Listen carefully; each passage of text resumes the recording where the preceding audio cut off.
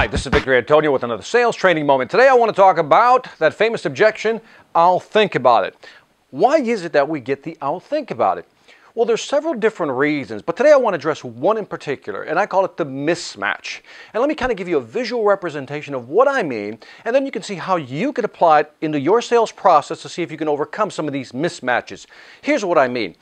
Let's say that a client has specific needs, something that they're looking for, whether it's in software, hardware, but they're looking for something very specific. They know what they want. And let's say that each of these small boxes here indicates those specific needs.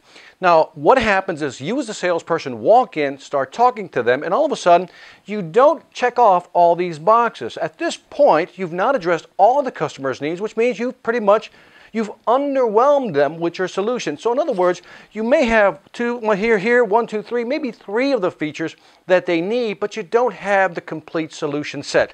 So the response from them will be what? You got it. I'll think about it.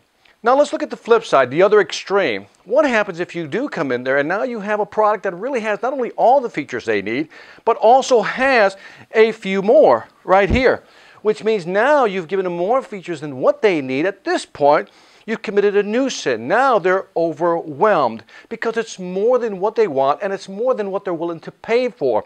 So in other words, if we don't understand what the customer needs and really truly understand how to hone in on those, we're going to either oversell them, overwhelm them, or undersell them and underwhelm them. So our goal is to what? Fix in on the customer's need and sell to those needs. And one last note, remember, don't keep selling when you've already sold the customer. In other words, don't go past the sale. If you hit those needs, stop, because there is a danger. When you're in the overwhelmed, overselling mode, the more features you add on that you offer, the client's always thinking, well, how much more is that going to cost? And should I pay for that? And the response internally will be probably not, but instead of telling you no, what are they going to say? They're going to say, what?